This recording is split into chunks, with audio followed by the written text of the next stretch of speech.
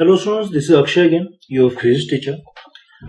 Last lecture we have discussed about the river boat problems, and I hope you are clear with what is actually happening when you want to sail your boat in the water and the water is drifting you away from or deviating you away from your actual or your intended path. Okay, the same or nearly same it happens when it comes to this type of problems called as rain man problems. Okay, very typical question I will ask you. Let's say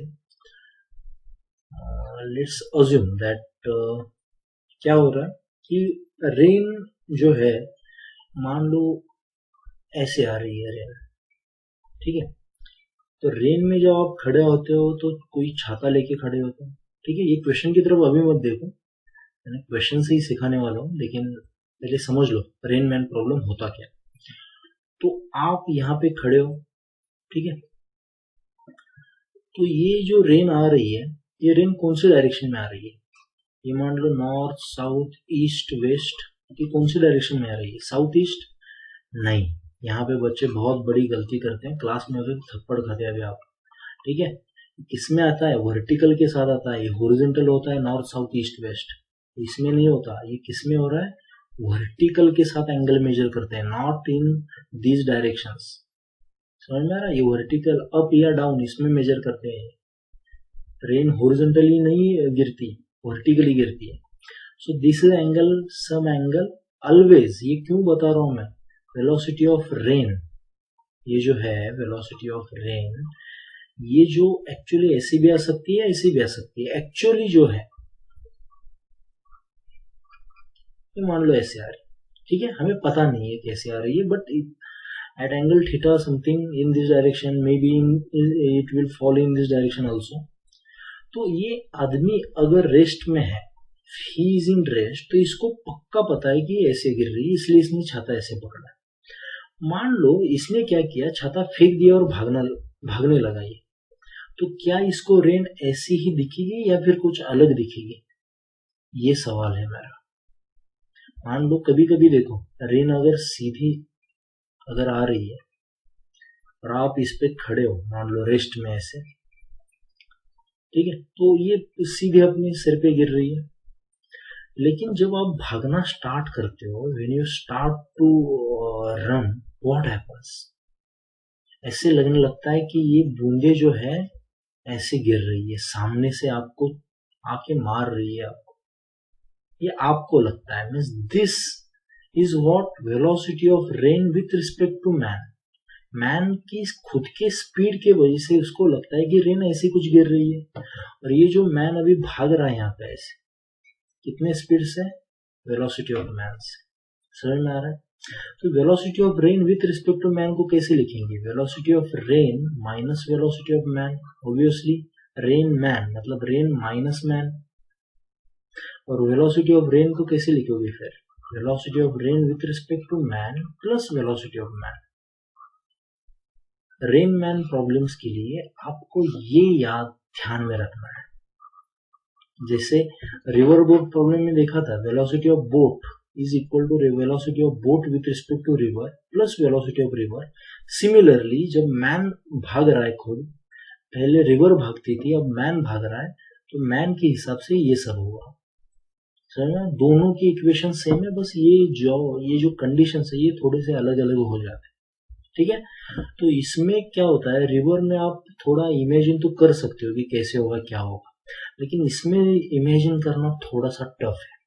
इसलिए मैं आपको एक trick बताता हूँ, simple सी trick, ठीक है।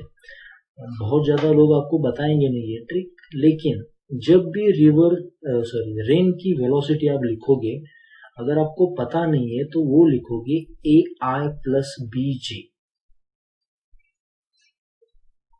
क्या लिखोगे?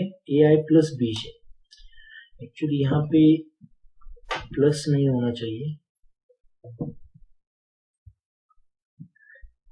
It should be minus. ये अपने हिसाब से यहाँ पे प्लस भी लिखोगे, इतना रॉन्ग नहीं आने वाला, लेकिन थोड़ा सा डिफिकल्ट बन जाएगा।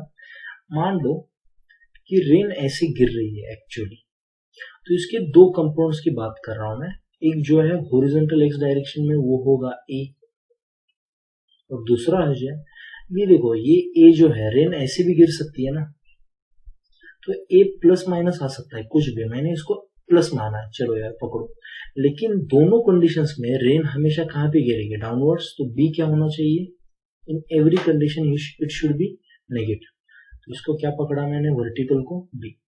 तो ये जो सब मैंने अभी बताया है जो पूरा रामायण, इसमें ध्यान क्या रखना है आपको, ये और ये, बाकी सब भूल जाओगे तो भी चलेगा, कि रेन की speed is equal to rain की speed with respect to man plus man का स्पीड, ये वेलोसिटी की बात कर रहा हूं। और दूसरी इक्वेशन क्या है कि जब रेन की स्पीड लिखोगे तो क्या लिखोगे, A I minus B J, और इसमें जस्ट वैल्यूज पुट करनी है, हमें बाकी कुछ नहीं करना है, ठीक है।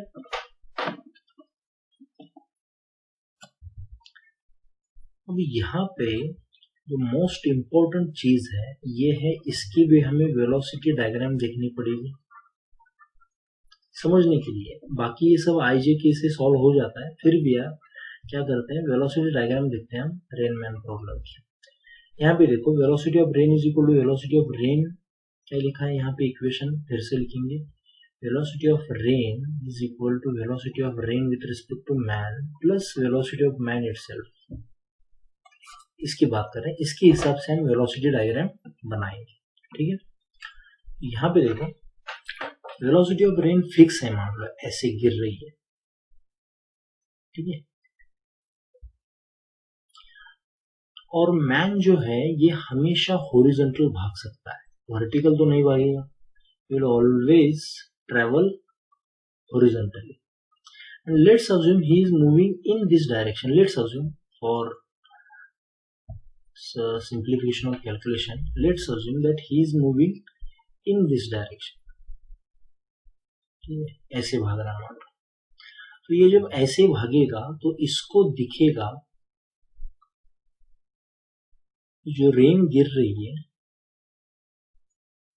ये ऐसे गिर रही है, समझ लो इसका मीनिंग समझो, कि रेन जो है वर्टिकली एट सम एंगल गिर रही है, मैन अगर रुका होता तो उसको ऐसी दिखती रेन, लेकिन मैन खुद कुछ वेलोसिटी से भाग रहा है, that's why the velocity of rain with respect to man, man को कैसी दिखेगी रेन, ऐसे आ रही है, ऐसे दिखेगी, मतलब मैन जब अभी भाग रहा है रेन एक्चुअली ऐसे गिरेगी, लेकिन अगर मैन इस डायरेक्शन में भाग रहा है तो उसको रेन सामने से ऐसे लग रही है, ऐसे लगेगा, why, because he is moving this speed. अगर यही स्पीड कम होता मैन का, मान लो in the same example rain की स्पीड वेलोसिटी तो फिक्स ही है, वो कोई नहीं बदल सकता, मैन के हिसाब से ये बदलेगी, ठीक है। तो यहाँ पे अगर मैन का स्पीड बहुत कम होता, मैन की वेलोसिटी बहुत कम होती, यहाँ पे मैंने बहुत ज्यादा दिखाया मैग्नीट्यूड, यहाँ पे बहुत कम होती, तो उसको ये जो रिलेटिव वेलोसिटी दिखती with respect to man rain की, तो ऐसे दिखती, मतलब रेन तो ऐसे ही गिरेगी, ये यहाँ पे खड़ा है मान लो, रेन तो ऐसे ही गिरेगी, लेकिन ये जब थोड़ा सा कम स्पीड से भाग रहा है, मान लो यहाँ पे ये 10 मीटर पर सेकेंड से भाग रहा था, ये which is impossible, Usain bolt का भी स्पीड नहीं है, लेकिन अब जो ये 3 मीटर पर सेकेंड से भाग रहा है मान लो फॉर एग्जाम्पल, तो उसको रेन सामने से नहीं लगेगी, थोड़ा सा ऐसे ऐसे लगेगी, ठीक है। तो डिपेंड करता है कि उसकी स्पीड कितनी है, उसके हिसाब से, समझ में आ रहा है। तो ये सब होती है वेलोसिटी डायग्राम्स, ये हम बहुत कम रेयरली यूज करेंगे जब बहुत ही एडवांस प्रॉब्लम आया हो तब, ठीक है, या फिर ज्यादातर हम AI माइनस बीजे वाले प्रॉब्लम सॉल्व करेंगे, वो मैं दिखाऊंगा कि आपको कैसे करना है सॉल्व, ठीक है। ये जो पहला क्वेश्चन मैंने यहाँ पे लिखा था रेनमैन प्रॉब्लम का, उसको देखते हैं।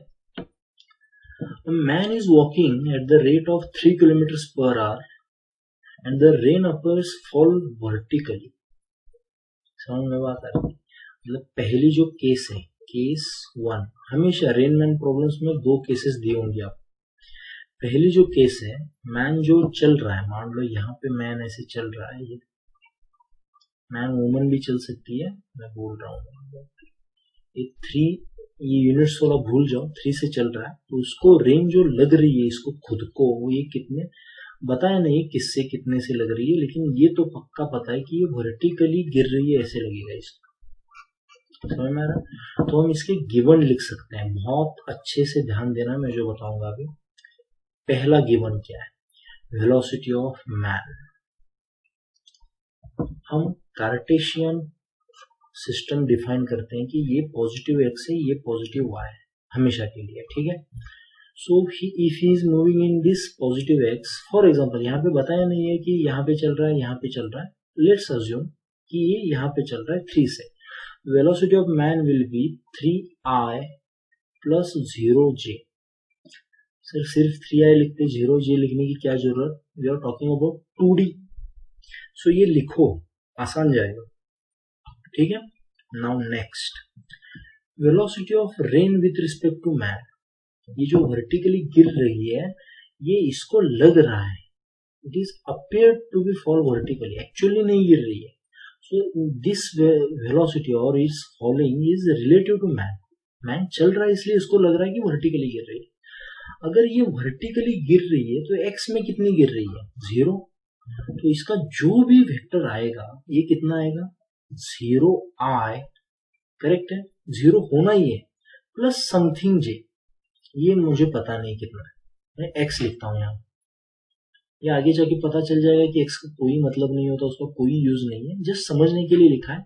इसका मतलब क्या है कि रेन जो है कैसे फॉल कर रही है? वर्टिकली, मतलब पूरा कंपोनेंट वर्टिकली है, हॉरिजॉन्टली कुछ नहीं है, हमें ये यूज करना है आगे, ठीक है। एंड वेलोसिटी ऑफ रेन क्या पकड़ोगे? हमेशा की तरह ai माइनस bj, ये लिखना ही है, इसको स्टार करके रखो। समझ में आ रहा है? ये केस 1 की बात हुई है। तो हमें पता है इक्वेशन क्या लिखते हैं? Velocity of rain is equal to velocity of rain with respect to man plus velocity of man. ये लिखो यहाँ पे, वेलोसिटी ऑफ रेन क्या है? ai minus bj is equal to velocity of rain with respect to man क्या है?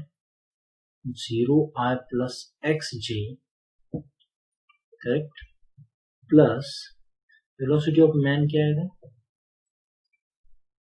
3i plus 0j। समझ में आ रही है? अब यहाँ पे जो i वाले कोएफिशिएंट्स हैं उनको ऐड कर लो, तो 0 plus 3 is equal to 3i और x plus 0 is xj, correct है। So ai minus bj is equal to this. तो ये दोनों वेक्टर्स अगर इक्वल है तो इनके i और j के कोएफिशिएंट्स भी इक्वल होने चाहिए। तो a की वैल्यू हमें क्या मिली यहाँ पे? 3। समझो, हमें जो रेन की स्पीड ढूंढनी थी उसमें से हमें a कंपोनेंट मिला 3i, बस ये माइनस bj हमें ढूंढना है।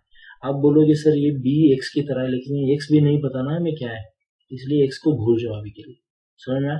तो केस 1 जो है, केस 1, इसका मतलब ये इसका यूज किसके लिए किया हमने? To find the value of a। समझ में? रेनमैन प्रॉब्लम्स ऐसे ही सॉल्व करना, और बहुत मेथड्स है रिलेटिव, मतलब ये जो वेलोसिटी वाले डायरेक्शंस वाले अरिहंत बुक में वगैरह मिलेंगे आपको, या फिर सेंगेज में भी मिलेंगे, लेकिन मेरे हिसाब से मैं आपको ये भी मेथड सिखा सकता हूँ, या फिर अलग मेथड्स भी है सिखा सकता हूँ, लेकिन मेरे हिसाब से रेनमैन प्रॉब्लम्स आप इसी तरह से सॉल्व करेंगे, बहुत सिंपल। इतने टीचिंग एक्सपीरियंस में मैंने देखा कि इससे सिंपल मेथड कोई नहीं है, और ये प्रैक्टिस से आ जाएगी, don't worry. Okay, so now let's continue with the case 2। Case 2 में क्या बताया इसने, देख लो एक बार। केस 2 में बोला है कि now if he increases his speed with 6 kmph, it appears to him that an angle 45 degrees 45 degree से रेन गिर रही है, ऐसे लगेगा इसको। समझ में आ रही है बात? मतलब क्या है, समझो इसको। पहले ये 3 km/h से चल रहा था, तो रेन वर्टिकली लग रही थी इसको। अब क्या हुआ है, जो वेलोसिटी ऑफ मैन है ये कितनी है? 6 kmph, इंक्रीज कर रहा है, मतलब उसी डायरेक्शन में। So this will B 6i plus 0j। क्योंकि मैन वर्टिकली जा नहीं सकता, सो हॉरिजॉन्टली 6i माइनस 0g। और velocity of rain with respect to man, ये कैसे लगेगी इसको, एट एन एंगल 45 डिग्रीज। ऐसे ही बोला गया है कि उसको लगेगा कि रेन 45 डिग्री से आ रही है। जब 45 डिग्री से आ रही होती तो एक मजा होता है उसमें कि मतलब एक ट्रिक है छोटी सी, इन्होंने 45 डिग्री क्यों दिया है। देखो यहाँ पे विजुअलाइज करना थोड़ा सा इम्पोर्टेंट है कि मान लो ये मैन है, ये ऐसे चल रहा था 3 से, तो रेन उसको ऐसे दिख रही थी। अब इसने अगर स्पीड बढ़ाया, इसका 6 कर दिया, तो क्या होगा, रेन कैसी दिखेगी इसको। मान लो रेन ऐसे गिर रही है,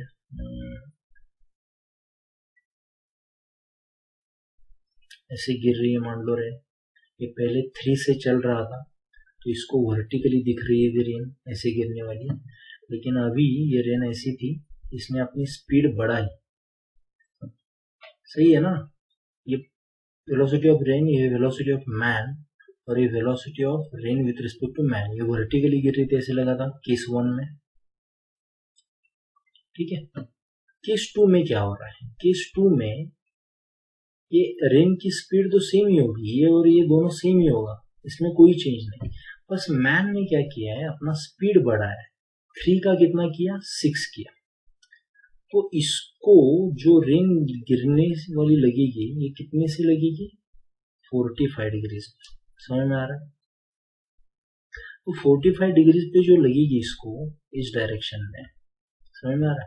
तो जब ये एंगल 45 डिग्रीज होता है तो हमेशा याद रखना 45 डिग्रीज पे, मतलब कोई वेक्टर अगर लिखा मैंने ए आई प्लस बी जे, कोई भी वेक्टर आर्बिट्री पता नहीं, तो अगर ये वेक्टर 45 डिग्रीज बना रहा है एंगल, तो ए और बी इक्वल होते हैं, ये ध्यान में रखना।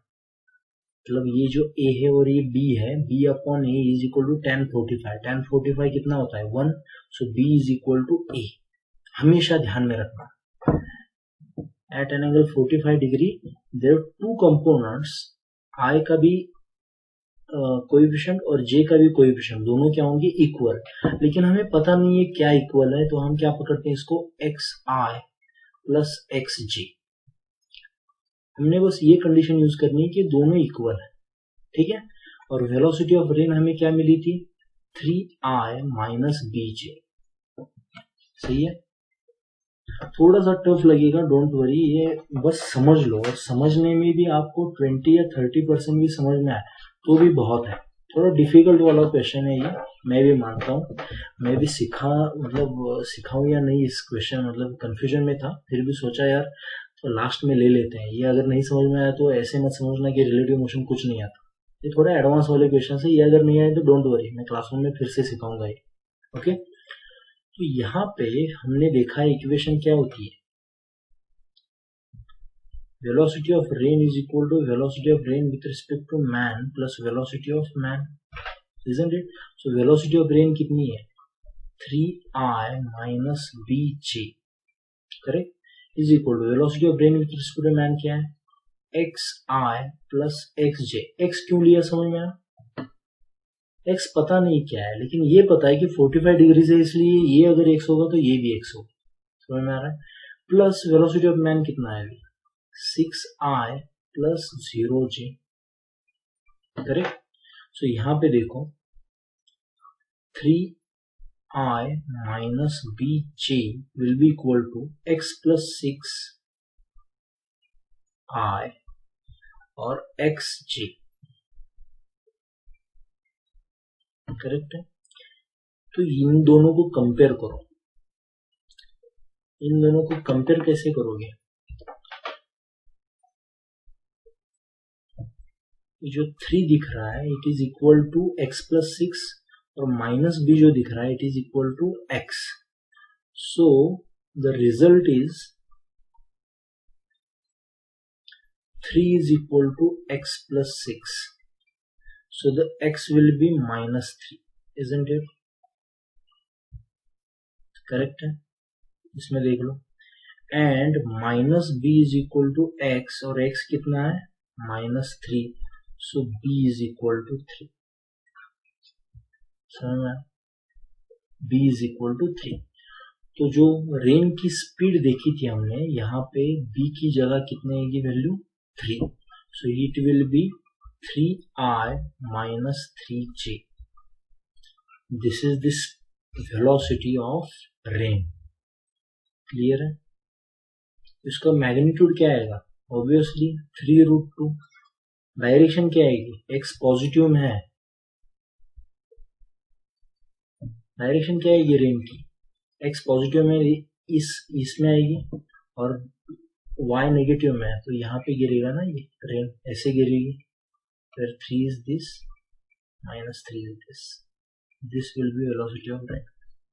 समझ में आ रहा है? ये थोड़ा सा टफ जाएगा आपको, तो ये बस समझ लो और एक बार देख लो, या फिर कल परसों फिर से एक बार देख लो इस क्वेश्चन को, आ जाएगा, डोंट वरी। ठीक है? और जिनको समझ में आया, I would say really they are genius. Okay.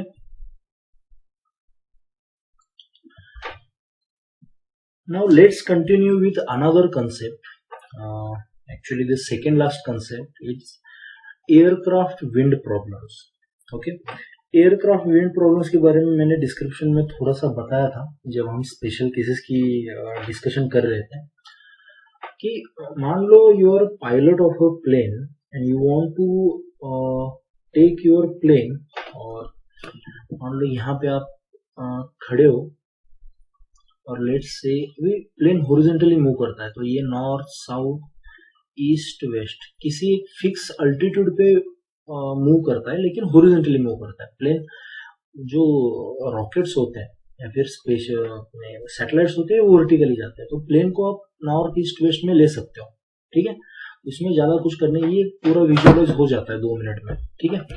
तो मान लो आपका प्लेन यहाँ पे है, ठीक है, और आपको पॉइंट बी पे जाना है। ठीक है? कमांडर ने आपको ऑर्डर दी कि pilot you are order to be you have been order to go from A to B. ठीक है? तो आप ए से बी तक जाने लगे, लेकिन आप पहली बार प्लेन में बैठे हो, मान लो हाइपोथेटिकल वर्ल्ड में, तो विंड ने क्या किया, विंड इस डायरेक्शन में चल रही, तो विंड आपको यहाँ पे लेके आएगी और आप एक्चुअली ऐसे चले जाओगे, will and up by moving on this path. ये किसके जैसा दिख रहा है? ये रिवर प्रॉब्लम जैसा है। मतलब ये विंड मतलब रिवर है और ये बोट मतलब अपना एयरक्राफ्ट है, बाकी कुछ नहीं। इतना समझ लो, दोनों को कनेक्ट कर लो। ये विंड मतलब रिवर है, और ये जो क्या है एयरक्राफ्ट है, दिस इज स्विमर और बोट, उसके जैसा ही है, बाकी कुछ नहीं। तो हमने रिवर बोट प्रॉब्लम देख लिए थे, इसको उसी तरह से हम सॉल्व करेंगे। हम क्या करेंगे, ये क्वेश्चन में पढ़ता नहीं, यहाँ पे आपको बताता हूँ। मान लो कि एक पायलट का ट्रेनिंग शुरू है, ठीक है, मान लो आपका ट्रेनिंग शुरू है, आपको जाना है इस स्क्वायर पे, मतलब आपको ए से बी तक जाना है, बी से सी तक, सी से डी तक और डी से ए तक। मतलब ये जो है ये सब एक्चुअल पाथ्स है, समझ में? और एक्चुअल पाथ के लिए रिवर बोट प्रॉब्लम की अगर हम रिकैप ले लें छोटा सा, तो देखा था हमने Vb is equal to velocity of boat with respect to river plus velocity of river. ये आपके हाथ में था, ये रिवर ने आपके साथ किया, और एक्चुअली ये हुआ आपके साथ। मतलब जो पाथ आपने डिसाइड किया था वो इसके हिसाब से चलना था, लेकिन एक्चुअली चला इसके हिसाब से, समझना? तो यहाँ पे अगर मान लो आपने ए से शुरू किया, ए से बी तक जाना है, बी से सी तक, सी से डी तक, डी से ए तक जाना है, ठीक है? तो ए से बी तक मान लो, या फिर सिंप्लिसिटी के लिए क्या करते हैं, बी से शुरू करते हैं, चलो बी से सी तक जाना है। तो ये विंड जो है ये इस कंडीशन में आपको असिस्ट कर रही है, मतलब आपको थोड़ा ही चलना है, विंड खुद से खुद आपको लेके चली जाएगी यहाँ पे, ठीक है? तो आपको यहाँ से यहाँ जाना है, तो मतलब आपको थोड़ा सा ही चलना है। वेलोसिटी ऑफ एयरक्राफ्ट, समझ में आ रहा है, विथ रिस्पेक्ट टू विंड, ये थोड़ा ही चला, और उसके बाद विंड ने क्या किया, इसको आगे लेके गया। तो ये जो टोटल इनकी एडिशन होगी ये क्या होगी, वेलोसिटी ऑफ एक्चुअल एयरक्राफ्ट। समझ में आया? इसने थोड़ा सा ही अपना फोर्स लगाया, विंड ने उसको गॉन विद द विंड, ऐसे चला गया और टोटल जो वेलोसिटी होगी ये क्या होगी, वेलोसिटी ऑफ एयर। तो कितना टाइम लगेगा कवर करने में, मान लो ये डिस्टेंस है a और टाइम पूछा है, तो टाइम कितना लगेगा, VAW प्लस VW, सही है ना, दोनों की एडिशन करोगे तभी तो ये फाइनल एक्चुअल वेलोसिटी मिलेगी, क्योंकि ये डिस्टेंस किसने कवर किया है, एक्चुअल वेलोसिटी ने। तो इसको क्या लिखोगे, ऐसे। सिमिलरली इसको थोड़ा स्किप कर दो, C से D तक, D से A तक आते समय विंड इसको क्या करेगी, अपोज करेगी, और इसमें जो टाइम लगेगा ये क्या लगेगा, ये मान लो स्क्वायर का साइड A है, यहाँ पे वेलोसिटी ऑफ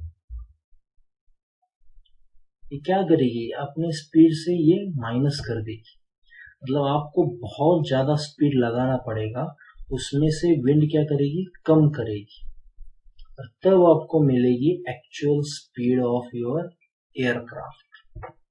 समझ में आ, ये ध्यान में रखना। Now the most important thing, sorry थोड़ा माइक्रोफोन गिर गया, ओके। ए से बी तक आते समय क्या होगा, ए से बी तक आते समय ये तो क्लियर है कि इस पाथ पे अपनी एक्चुअल वेलोसिटी होनी चाहिए, तभी तो यहां से यहां होगी, लेकिन चलना इस डायरेक्शन में नहीं होगा, आपको चलना होगा इस डायरेक्शन में, तभी तो विंड आपको वापस यहाँ पे लेके आएगी और आपकी एक्चुअल पाथ ये हो जाएगी, तभी तो आप इस डायरेक्शन में चल पाओगे। समझ में आ रहा है। अगर C से D तक जाना है, मान लो C से D तक, तो आपको इधर अगर जाओगे मान लो ऐसे, तो ये विंड इधर लेके जाएगी आपको और आप ऐसे चले जाओगे, तो इसमें ऐसे नहीं करना है,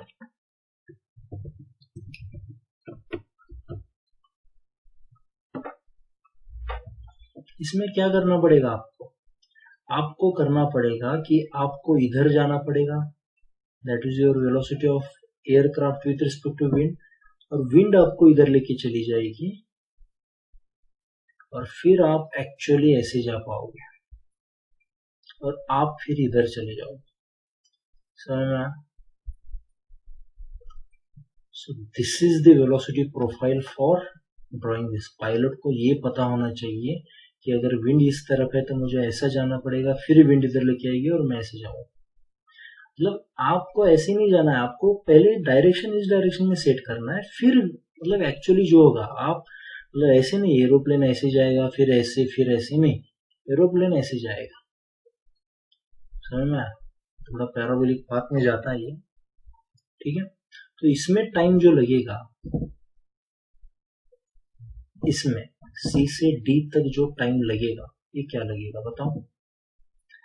किसने कवर किया C से D तक? VA ने कवर किया, लेकिन VA तो पता नहीं हमें, बस ये दोनों पता है। तो यहाँ पे 90 डिग्री दिख रहा है, ये पाइथागोरस थ्योरम। सो VA क्या आएगा, VA would be under root VAW का स्क्वायर माइनस VW का स्क्वायर। सही है। Time would be, time taken would be, तो टोटल डिस्टेंस VA ने कवर किया, क्योंकि इस डायरेक्शन में बस ये VA ही है, बाकी कुछ नहीं है। तो या फिर इसका थीटा लिखोगे, लेकिन ये थीटा भी नहीं दिया तो VA लिखवाओगे बस। This will be under root VAW कितना दिया है, U स्क्वायर, और VW कितना दिया, सॉरी VAW कितना दिया है, V स्क्वायर, ये है ना, और ये कितना दिया है, U स्क्वायर। तो this will be the time taken for this, also for this. इसमें भी VAW माइनस VW स्क्वायर होगा ये, बिकॉज दिस इज 90 डिग्री। तो ये आया था IIT JEE 2010 में, और ये सबके एडिशन करके फाइनल इक्वेशन बना था। तो थोड़ा लेंदी था, लेकिन ये वाले प्रॉब्लम्स में मैं सिंपल प्रॉब्लम्स नहीं ले सकता, ठीक है, क्योंकि है ही नहीं अवेलेबल, तो ऐसे ही लेने पड़ेंगे। तो स्पेशल केसेस अगर अभी के लिए मास्टर नहीं हो रहे हैं आपके, अगर अभी के लिए स्पेशल केसेस आपको इतने अच्छे नहीं आ रहे, तो don't worry, because they are from the toughest examinations. Okay, जो मैंने सिंपल क्वेश्चन लिए वो भी अगर आपको आ रहे हैं, देखो क्या होता है ऑनलाइन टीचिंग में, प्रॉब्लम यही होता है कि मैं हर एक के हिसाब से एडजस्ट नहीं कर पाता टीचिंग के। क्लासरूम में कैसे मैं यही कंसेप्ट शायद 2 घंटे में सिखाऊं, या फिर ऐसे हो सकता है कि मैं सामने अगर सिखा रहा हूँ तो आपको जल्दी समझ में आ जाए, या फिर वहीं के वहीं आप डाउट्स पूछ लोगे, सर ऐसा क्यों है, ऐसा क्यों है, ऐसा क्यों है। समझ में आ रहा है? तो ये मत अज्यूम करना कि आपको सब आ जाएगा, नहीं, किसी को भी नहीं। आइंस्टाइन भी होता तो भी उसको नहीं आता। ये सब कब आएगा? When you will practice, you will understand this and then you will practice.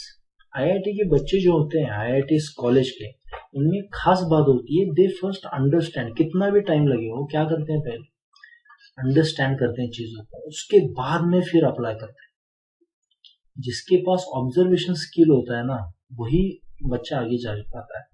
तो आपको अंडरस्टैंड करना है, ऑब्जर्व करना है इन चीजों को।